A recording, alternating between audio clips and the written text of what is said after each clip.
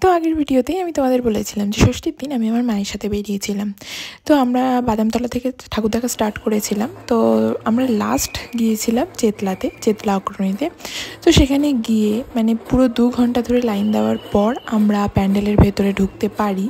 প্রতি বছরই চেতলাতে অত্যাধিক ভিড় হয়, এবছরও হয়েছিল, যদিও বা থিমের জন্য। থিমটা এত সুন্দর করেছিল, দেখার মতো ছিল।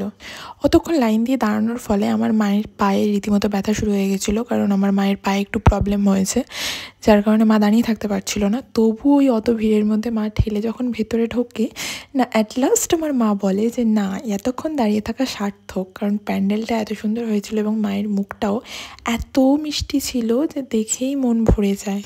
আর কি জানো তো, মা তো সবসময় বাড়িতে থাকতে পারে না, ডিউটির জন্য মাকে বেরিয়ে যেতে হয়। তো এই মাঝে মধ্যে যখন মায়ের সাথে একটু সময় কাটাতে পারি বা মায়ের সাথে কোথাও বেরোতে পারি, আমারও যেমন খুব ভালো লাগে, আমার মায়েরও খুব ভালো লাগে। সেই সময়টা আমরা দুজনের মতো করে সেই টাইমটাকে স্পেন্ড করার চেষ্টা করি। দেন চেতলা থেকে বেরিয়ে আমরা দুজন আইসক্রিম খেতে খেতে আশেপাশে আরও কয়েকটা ঠাকুর দেখে আমরা বাড়িতে চলে আসি। তো চলো, আজকের ভিডিওটা এই পর্যন্ত। টাটা।